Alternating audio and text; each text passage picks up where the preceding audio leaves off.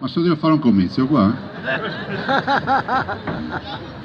Se devo fare delle robe serie noi altri, C'è del prosecco. Allora,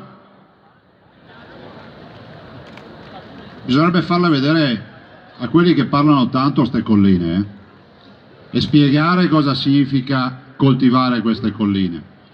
Bisognerebbe spiegare che in Veneto io ho 9.000 frane, ma non ce le ho dove ho gli agricoltori in collina, ce le ho in tutte le zone boschive, ce le ho dove l'agricoltura non c'è, dove i cittadini abbandonano il territorio, perché si sta presto a parlare di prosecco, a star sentati sul divano a casa, magari in qualche appartamento in giro. Si sta presto a dire che questa è un'assemblea di inquinatori, di devastatori, di approfittatori. La verità è che qua, a parte che più di qualcuno ha dato la vita su queste colline, è bene che le ricordiamo, la verità è che qua se non ci fossero i nostri agricoltori bisognerebbe inventarli.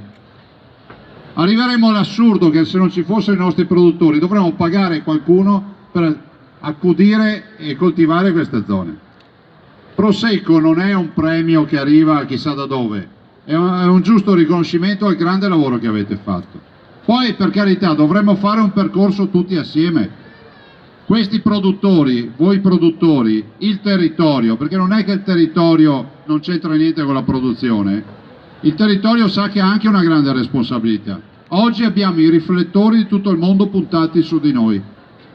Produciamo 540 milioni di bottiglie, abbiamo superato lo champagne, tutto il mondo vuole prosecco e alla fine tu parti da qualsiasi parte del mondo e arrivi qua.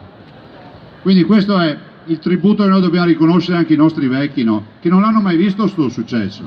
C'è gente che qua ha lavorato tutta la vita e è morta senza vedere sto successo.